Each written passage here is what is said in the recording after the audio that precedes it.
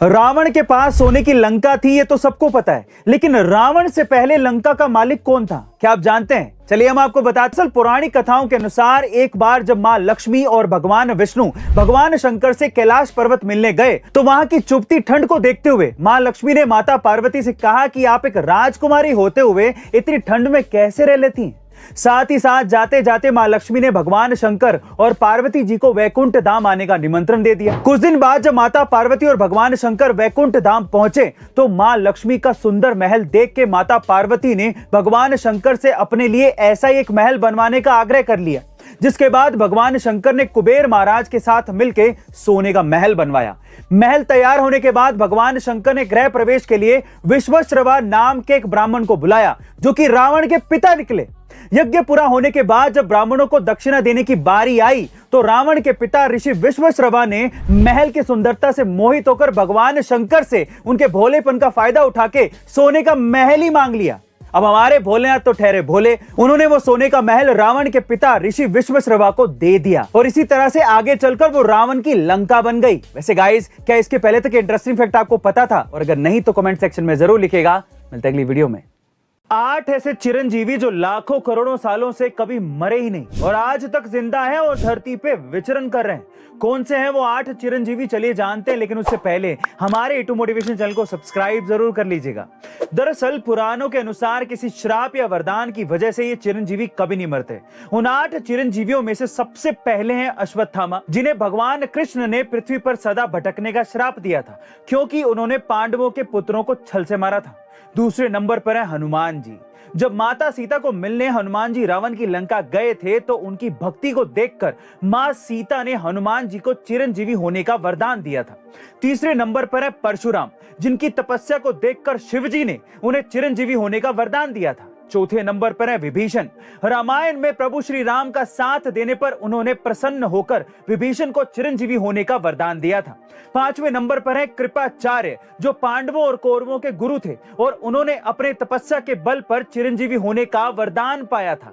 6ठे number पर है राजा बलि। जब भगवान विष्णु ने अपने वामन अवतार में राजा बलि से 3 कदम जमीन मांगी थी तो राजा बलि ने तीसरा कदम अपने सिर पर रखवाकर उसे भी भगवान विष्णु को दान में दे दिया था, जिससे प्रसन्न होकर भगवान विष्णु ने राजा बलि को चिरंजीवी होने का वरदान दिया था।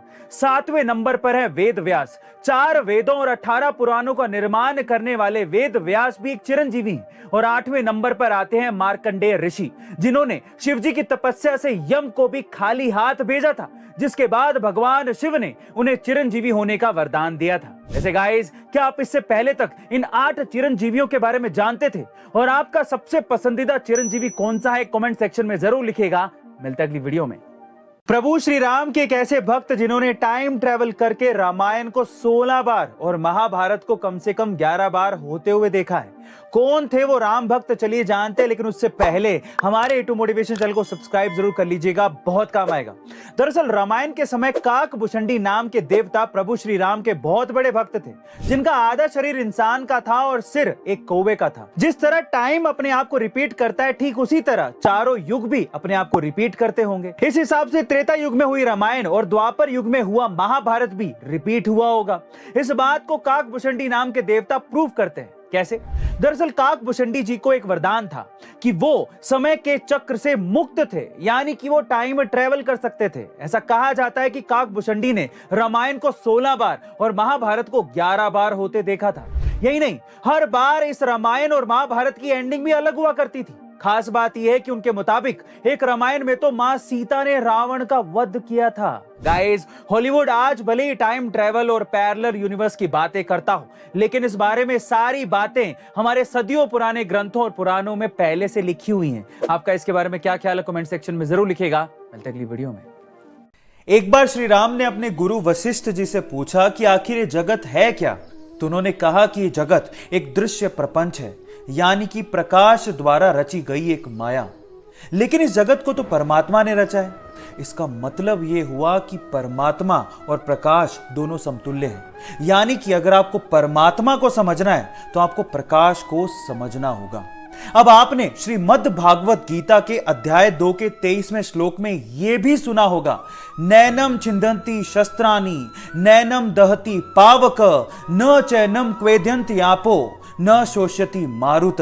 यानी कि आत्मा एक ऐसी चीज है जिसे शस्त्रों से काटा नहीं जा सकता, आग से जलाया नहीं जा सकता, पानी में भिगोया नहीं जा सकता और हवा से सुखाया नहीं जा सकता। और आत्मा के अलावा सिर्फ प्रकाश ही ऐसी चीज है जिसे ना काटा जा सकता है, ना जलाया जा सकता है, ना भिगोया जा सकता है और ना ही सुखाया जा सकता है।